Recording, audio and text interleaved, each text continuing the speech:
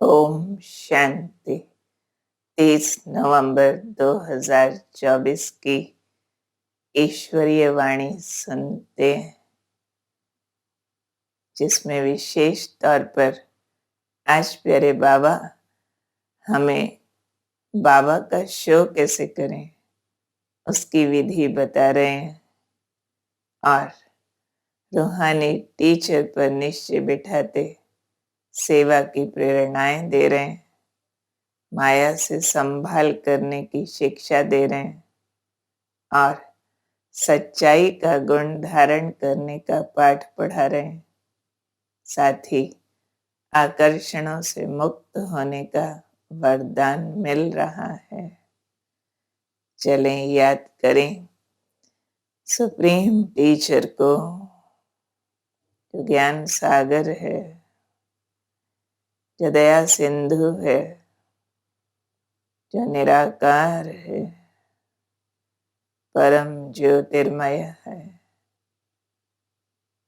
और हम बच्चों पर कृपा करके अपना धाम छोड़ अवतरित हुए हैं।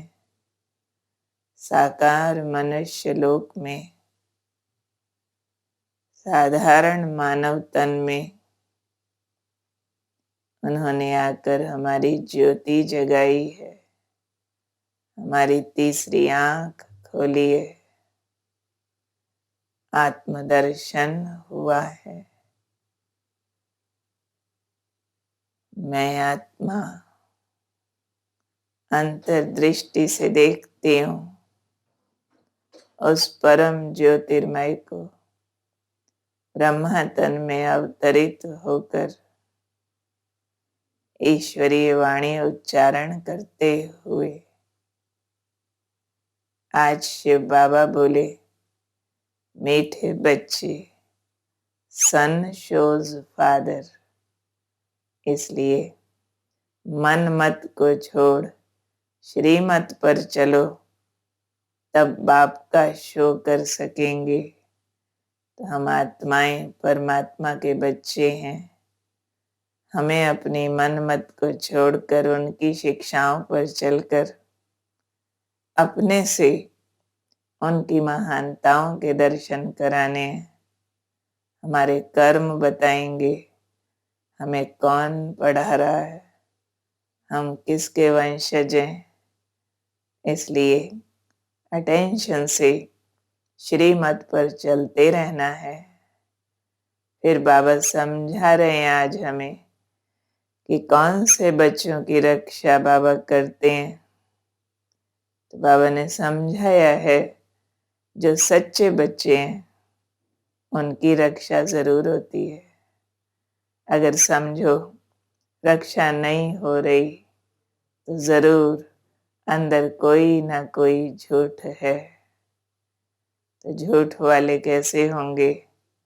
पढ़ाई मिस कर देंगे, संशय में आ जाएंगे कि भगवान पढ़ाते हैं या नहीं, और अंदर कुछ न कुछ झूठ होगा तो उन्हें माया अंगूरी लगा देती है, यानी उनको गिरा देती है, उनकी शक्तियां नष्ट हो जाती हैं। इसलिए सदा बाबा की शक्तियां हमारी रक्षा करती रहें, उसके लिए सच्चा बनना है। सब अंदर बाहर साफ रखना है। पढ़ाई बहुत सिंसियरली पढ़नी है, डाउट में कभी नहीं आना, माया के प्रभाव से मुक्त रहना है ताकि हम रक्षित रहें, बाबा के दिव्य प्रकाश के सुरक्षा कवच में रहें, आने वाली परिस्थितियों से बचे रहें। फिर बाबा ने एक और गहरी बात समझाई है कि कौन से बच्चे हैं जो माया की तरफ ऐसे जाते हैं जैसे चुंबक खींच रही हो। तो ये वो बच्चे होते हैं जो माया की खूबसूरती पर आकर्षित हो जाते हैं, यानी ये जो बाहर का ग्लैमरस वर्ल्ड है जिसमें काम क्रोध लोभ आदि हैं, उसकी तरफ जिनकी बुद्धि का आकर्षण है, तो माया उनके लिए चुंबक है, यानी विकार उनको खींच लेते हैं। परंतु कौन बचेगा इस माया के चुंबकीय आकर्षण से? उसके लिए बाबा ने समझाया, श्रीमत पर चलने वाले बच्चे आकर्षित नहीं होंगे। तो करना क्या है? श्रीमत पर चलकर अपने आप को देह, व्यक्ति, वस्तु, पदार्थ से ठीक ज्ञान युक्त डिटैच करना, ताकि माया और राइटियसनेस दोनों में डिफरेंस समझ सकें, उस पर चल सकें। फिर आज बाबा ने हमें बाबा का रूहानी टीचर रूप दिखाया है। बाबा कह रहे हैं, रूहानी बाप बैठ रूहानी बच्चों को समझाते। ये तो बच्चों ने निश्चय किया है कि रूहानी बाप हम रूहानी बच्चों को पढ़ा रहे हैं, है ना निश्चय? चेक हो रहा? कौन पढ़ा रहा है? कल तुम जिस शिव की पूजा करते थे वह आज तुमको पढ़ा रहे हैं। शिव बाबा समझाते हैं तो जरूर कोई तन द्वारा समझाएंगे, ऊपर से कोई आवाज तो नहीं करते हैं। शक्ति व प्रेरणा आदि की बात नहीं है कि ऊपर से बैठे ही कोई शक्ति भेज दें, टचिंग भेज दें और उससे हमारा प्यूरिफिकेशन हो जाए। नहीं, तुम आत्मा जैसे शरीर में आकर वार्तालाप करती हो, वैसे बाप भी कहते हैं मैं भी शरीर द्वारा डायरेक्शन देता हूँ। ब्रह्मा के तन में आते हैं ना, उनके मुख से बात करते हैं ना। फिर तुम श्रीमत पर चलो व ना चलो, टीचर का सुनो या ना सुनो, तो अपना ही कल्याण या अकल्याण करेंगे। नहीं पढ़ेंगे तो जरूर फेल हो जाएंगे। तो यहाँ तो तुम आए हो, किस लिए आए हो बाबा के पास? ये पढ़ाई किस लिए पढ़ रहे हो? तो बाबा ने कहा तुम्हारा पर्पस है पुरानी दुनिया छोड़ स्वर्ग में जाने का पुरुषार्थ करना। वास्तव में स्वर्ग में जाने के लिए ही हम स्वर्ग का निर्माण कर रहे हैं, वो गुण, वो शक्तियां धारण कर रहे हैं। फिर बाबा ने समझाया, रियलिटी में स्वर्गवासी जो बनते हैं उनको कहेंगे अच्छे पास हो गए। अब एक है अच्छे पास, एक है जो कम पास होंगे, तो हो जाएंगे त्रेता में। तो बाबा ने कहा त्रेता वाले ना पास यानी फेल गिने जाएंगे।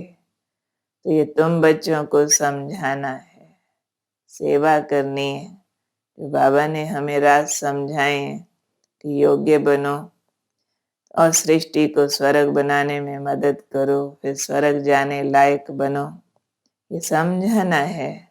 क्योंकि बाबा तो नहीं जाकर सबको सुनाएंगे, बच्चों को सर्विस लायक बनना है, इसलिए बच्चों को ही सबके पास जाना है। इसलिए बाबा शिक्षा देते हैं शक्ति भरने के लिए कि शिव बाबा के सिवाय कोई देहधारी को याद नहीं करना है। ये आज टीचर का आदेश मिलता है हमें। कई तो ऐसे पक्के हैं जो कभी किसी और की याद नहीं आएगी, एक बाबा को याद करते रहेंगे। जैसे पतिव्रता स्त्री होती है, ऐसे एक बाबा को याद करते रहेंगे। तो हर बात में पुरुषार्थ पर ही जोर देना है। तो ये आज सुप्रीम टीचर की विशेष शिक्षाएं हमको मिल रही है कि कोई भी बात हो, जोर इसी बात पर देना है कि मुझे पुरुषार्थ करके आगे बढ़ना है। शिव बाबा स्वयं आए हैं, हमारा कल्याण करने के लिए आए हैं। तो हमें स्वर्गवासी नंबर 1 वाला बनना है, सिवाय बाबा के कोई की याद ना आए, पतिव्रता स्त्री की तरह। फिर आज बाबा हमें माया से संभलना सिखा रहे हैं। बाबा ने कहा देखा जाता है माया अच्छे अच्छे फूलों को भी नीचे गिरा देती है। फूल यानी जो बहुत बाबा के बच्चे पवित्र बनने का जोर लगा रहे थे, परंतु माया के असर में आकर फिर गिरावट में आ जाते हैं। तो बाबा ने कहा मेरा बनकर फिर माया का बन जाते हैं, तो जैसे ट्रेटर हो गए। ट्रेटर मीन्स पहले ईश्वरीय गुणों की महिमा करते थे, फिर अवगुणों के आकर्षण में चले गए। तो बाप तो रास्ता बताते हैं स्वर्ग में जाने का, फिर भी माया उन्हें जंगल में ले जाती है। जंगल माना दुख का मार्ग।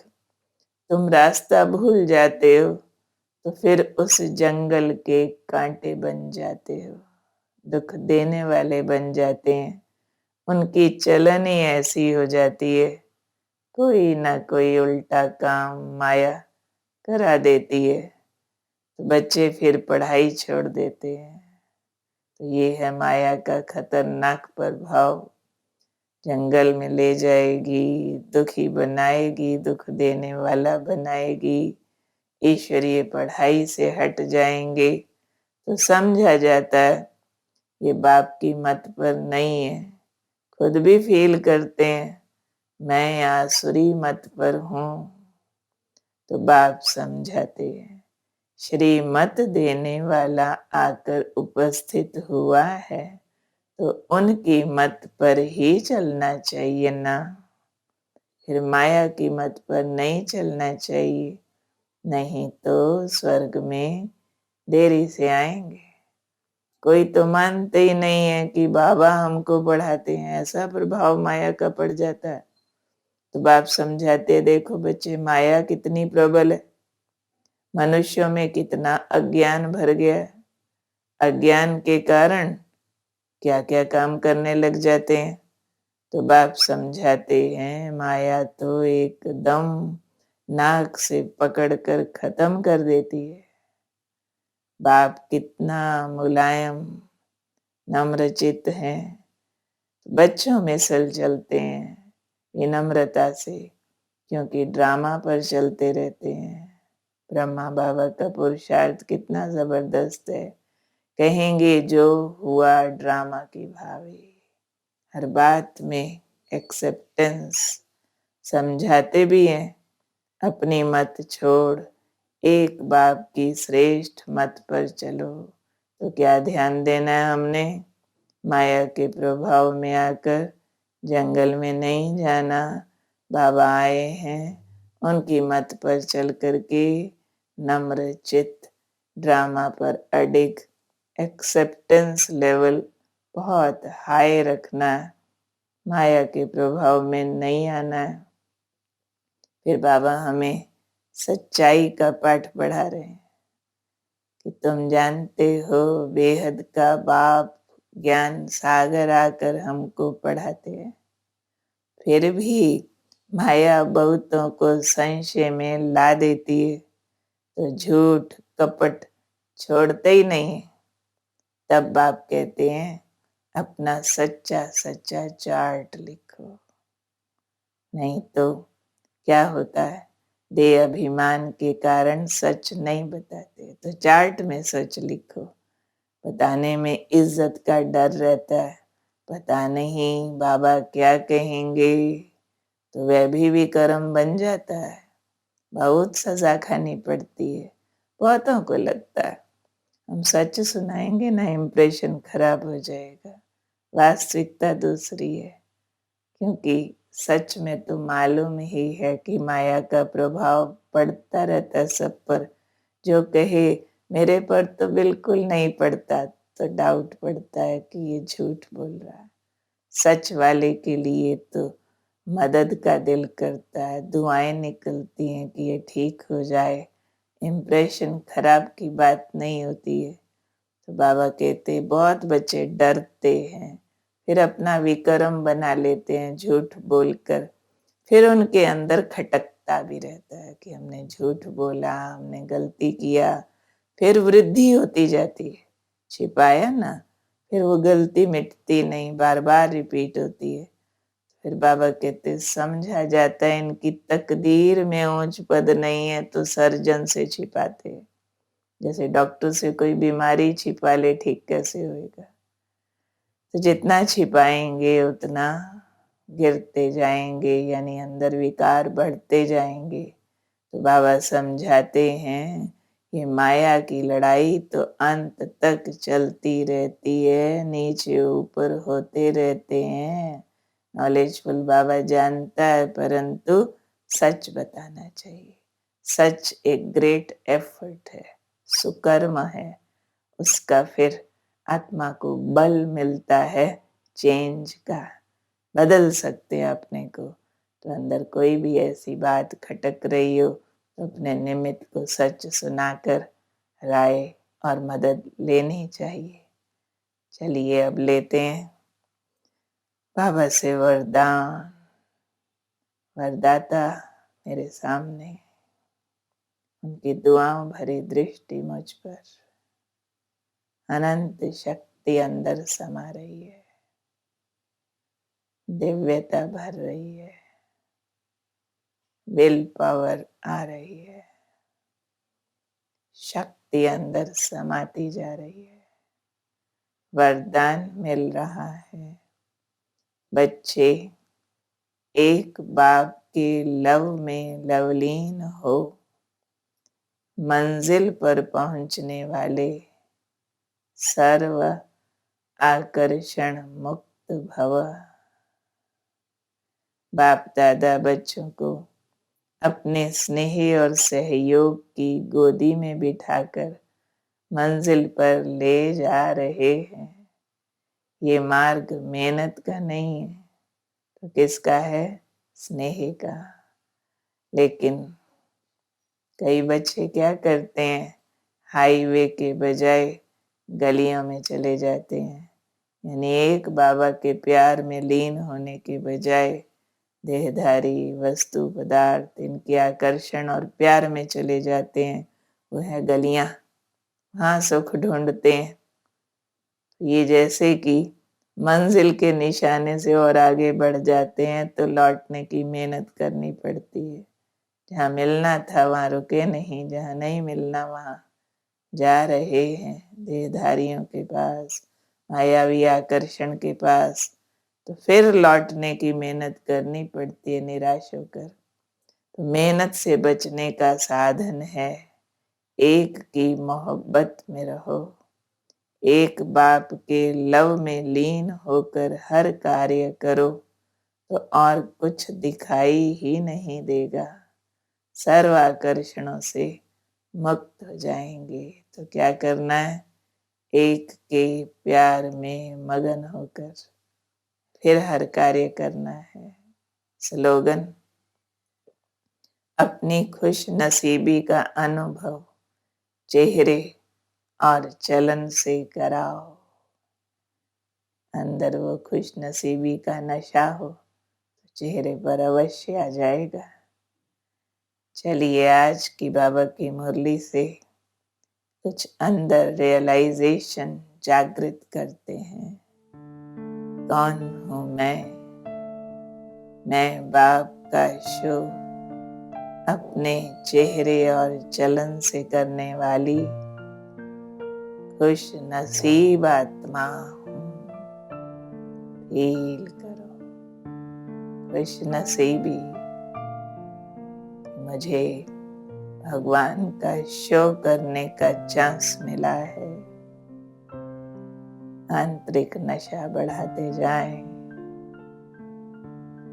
और याद करें, मैं सदा सच्चे बाप से सच्ची रहकर बाप की सुरक्षा अनुभव करती हूँ। सच के द्वारा सच्चे बाप को राजी करती हूँ। उनका साथ मेरा सुरक्षा कवच है। मैं माया से सदा संभल कर चलने वाली निश्चय बुद्धि आत्मा हूँ। मुझे अनुभव से निश्चय है, स्वयं भगवान मुझे बढ़ा रहे हैं। श्रीमत देकर स्वर्ग स्थापन करा रहे हैं। मैं सदा एक की मोहब्बत में रहने वाली सर्व आकर्षणों से मुक्त हूँ। बहुत गहरा दिल का प्यार है मेरा उनसे, उनका मेरे से। मैं बाप समान बहुत बहुत मीठी मुलायम